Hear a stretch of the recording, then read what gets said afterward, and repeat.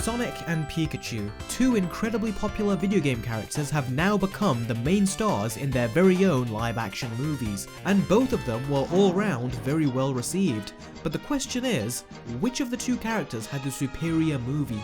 Well, in this video we are gonna find out. Let the battle commence.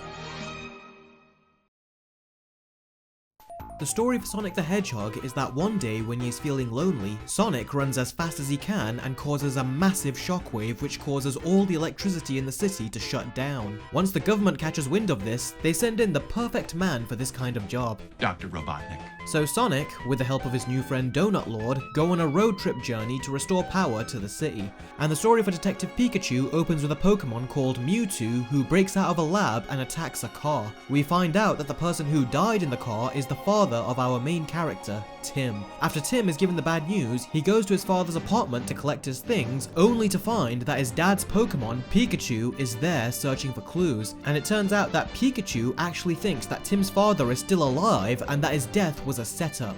Oh, and Tim can understand Pikachu, whereas everyone else can't. It takes some convincing, but soon after, both he and Pikachu go on an investigation to find out just what happened to Tim's dad, and what he was working on that made him a target. Now, something you will immediately notice about Sonic is that it is a family-friendly road trip movie, and that makes it fall under the same category as the other movies that use the same concept. But thankfully, it does much better than those other types of movies, and it's actually fun to see this duo interact with each other. And as the name suggests, Detective Pikachu is a mystery movie, and the mystery is not too deep, but it's not too shallow either. It's a fun family movie mystery that should not be too difficult for kids to follow. You can easily pick holes in it, but ultimately, it's not too big of a problem.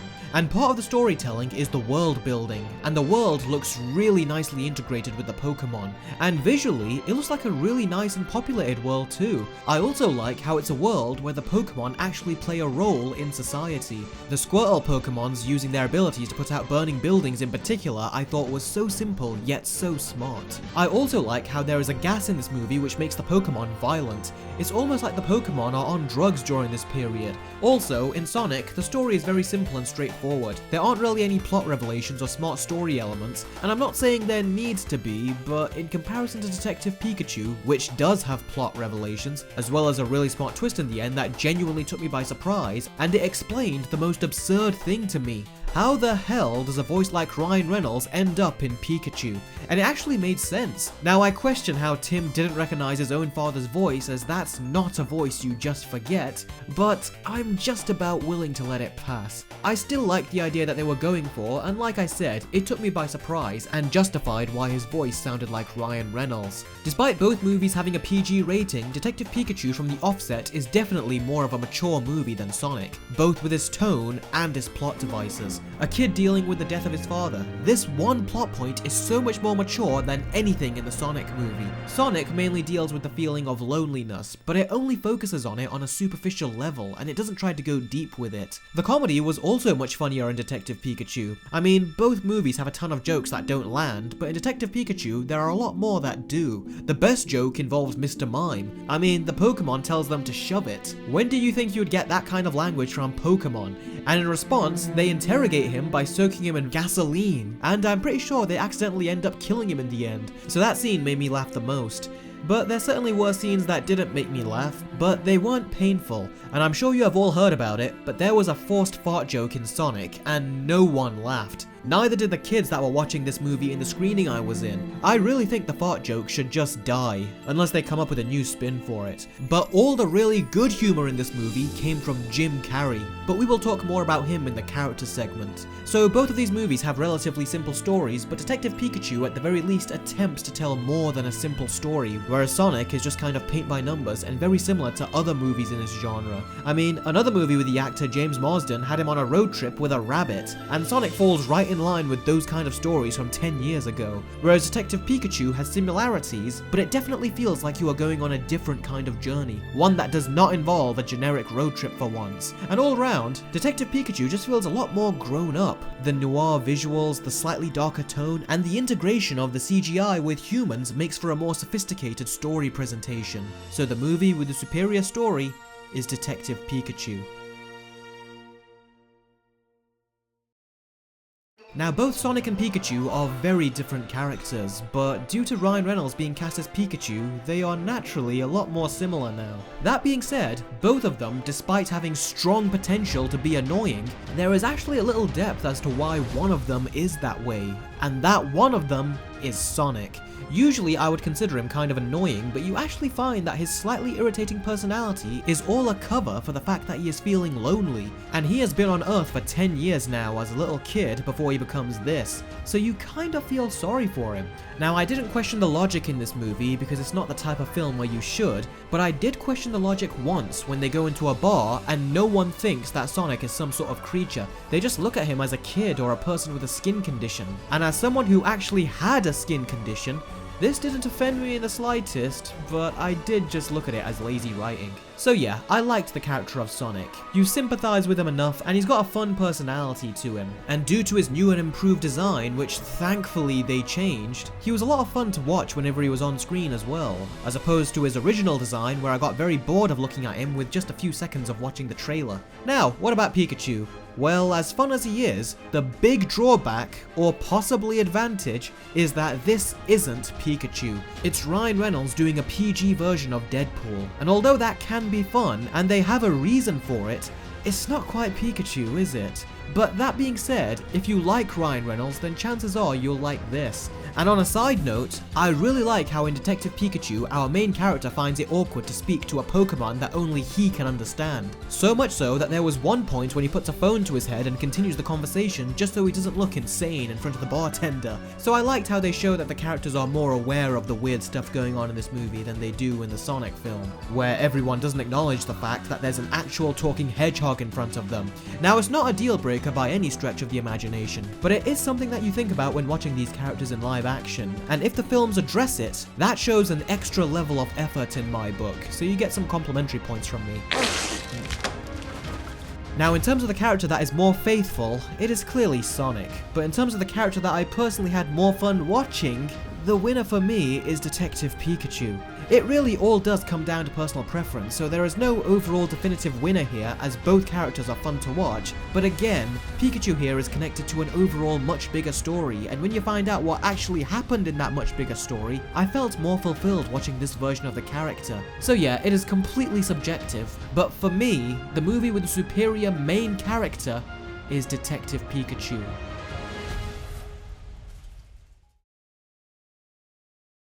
Now, as much as we want these movies to be just about our title character, these films also have them accompanied with a human sidekick.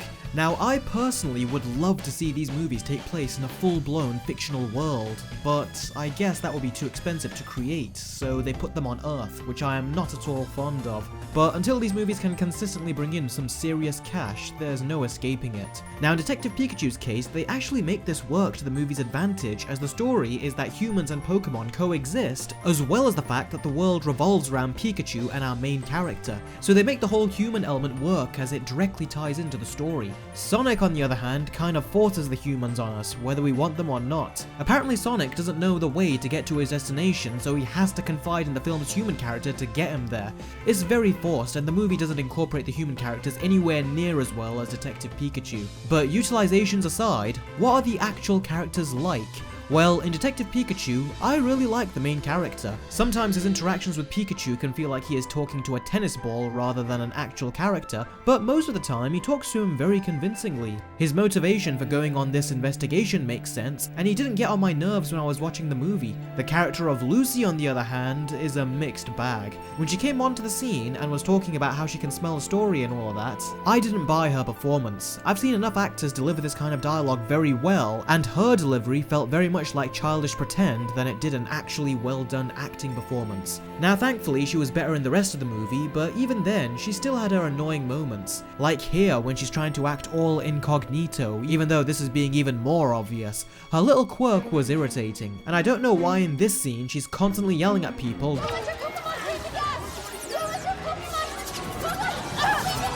That would have been useful information 5 minutes ago. What does she think that's going to accomplish, especially at this point in the villain's plan? This is Lucy Stevens reporting a citywide emergency. Do not let your Pokemon breathe. Again, Hello, 5 minutes ago. I was also both surprised and not surprised at the same time to see Ken Watanabe in this movie. After seeing him in both Godzilla movies, it makes sense to see him in another Toho-like production with monsters, but at the same time, it's funny to hear him say things like this. If you don't mind me asking, how come you don't have a Pokemon? I'm sorry, is yours mad at me? Snubble? Yeah. He may look grumpy on the outside, but I assure you he is adorable on the inside. That somehow sounds very silly coming from him, but again, at the same time, he makes it work. Now, the villain for the movie is played by Bill Nye, and I didn't even know he was in the movie until I saw it, and as soon as I saw him, I immediately thought to myself, he's going to be the villain, isn't he? And he was. And him being the villain is meant to be a mystery in this movie, but the mystery was ruined by the casting. More often than not, Bill Nye has played the villain of every movie. There is only one movie I saw where he plays a good guy, and the second movie I saw, he's not the villain, but he might as well be. So yeah, those are the characters in Detective Pikachu. Now, it's time to talk about the characters in Sonic. And I'm just gonna tell it to you straight. If the main reason you came to watch this movie was because of Jim Carrey, then you will not be disappointed, because he is 100% full on the Jim Carrey we know and love from his heyday. Even at the beginning of the movie, when the government officials are talking about bringing Dr. Robotnik in, they say stuff like, You're not suggesting who I think you're suggesting. I know, he's a little weird. Weird. No He's way. a psychological tire fire. But he's also brilliant. I can't believe you're bringing that freak into this. Neither can I.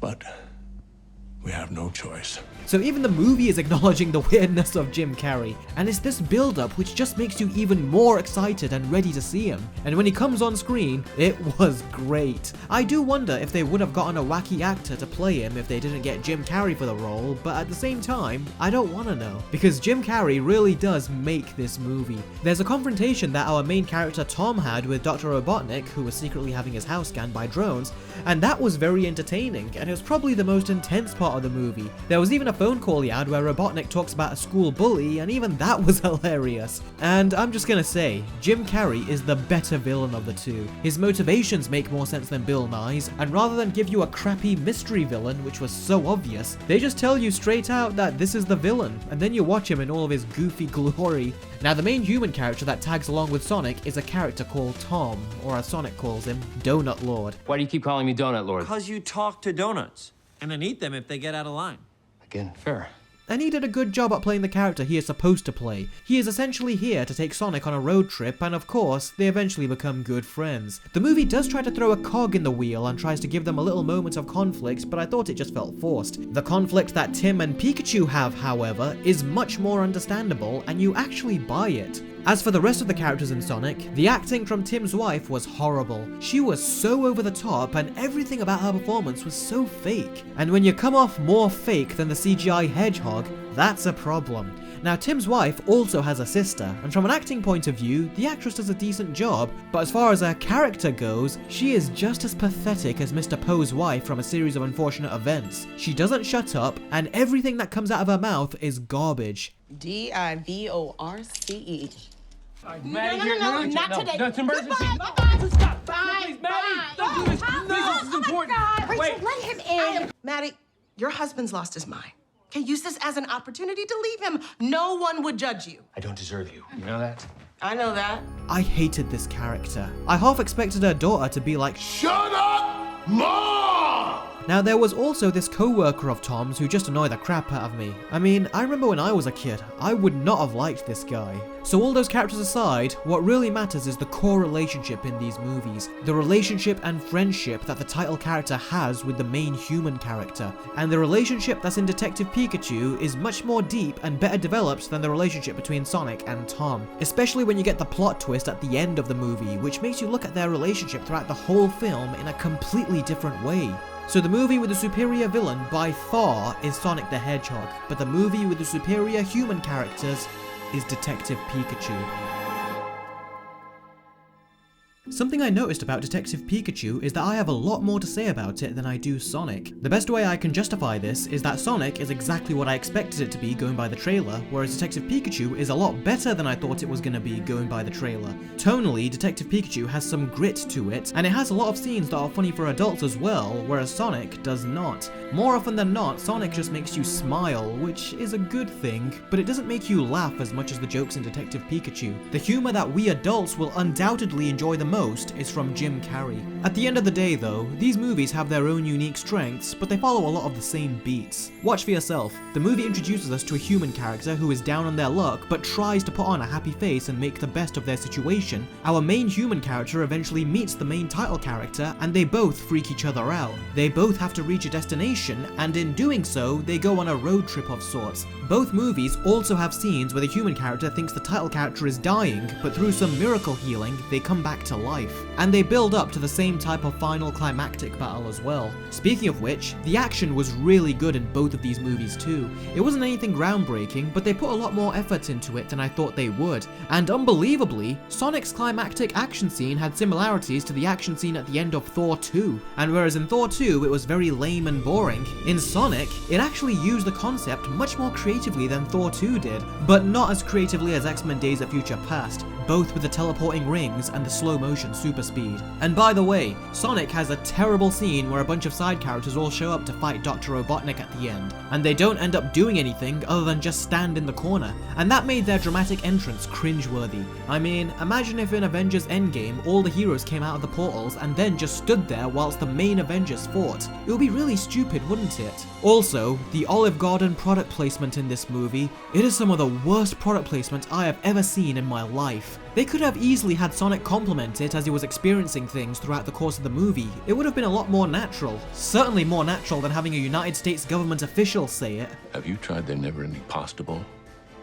It never ends. I mean, here in the UK, we don't even have Olive Garden, so the product placement doesn't mean anything to us. Now, Detective Pikachu has no mid or end credit scene, but Sonic has a mid-credit scene, and it hints that we will have another iconic character introduced in the future, Tails. It also made me wonder, did they have to redesign Tails in the mid-credits after they changed the design of Sonic? Or did they not even get to designing Tails at that point? I wonder, what horrible abomination would Tails have looked like with this design? But all that aside, both of these movies are a lot of fun, and I am certainly glad that I've been able to watch both of them.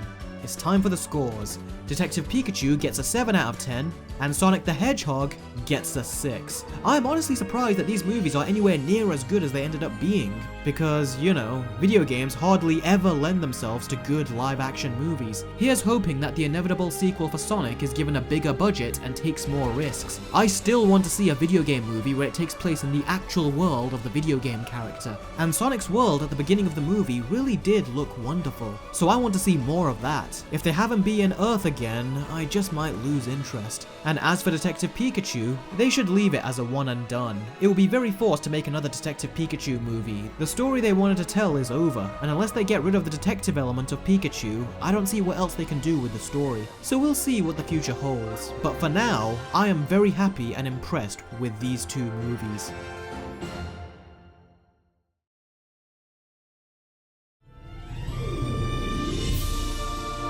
So, that's it for another Versus video. If you guys liked it, please do give the video a thumbs up as it really does help, and also share the video as well. And don't forget to click that subscribe button and the bell right next to it so you can stay up to date with all of my future videos. And feel free to donate just $1 on Patreon, and this will give you access to my entire library of podcasts, including reviews of every episode of The Mandalorian, talks about the change of director with Doctor Strange in the Multiverse of Madness, and a mini versus battle of the animated and live-action Lady and the Tramp. And I have plenty more stuff coming. Thanks as always for watching, guys, and I will see all of you next time.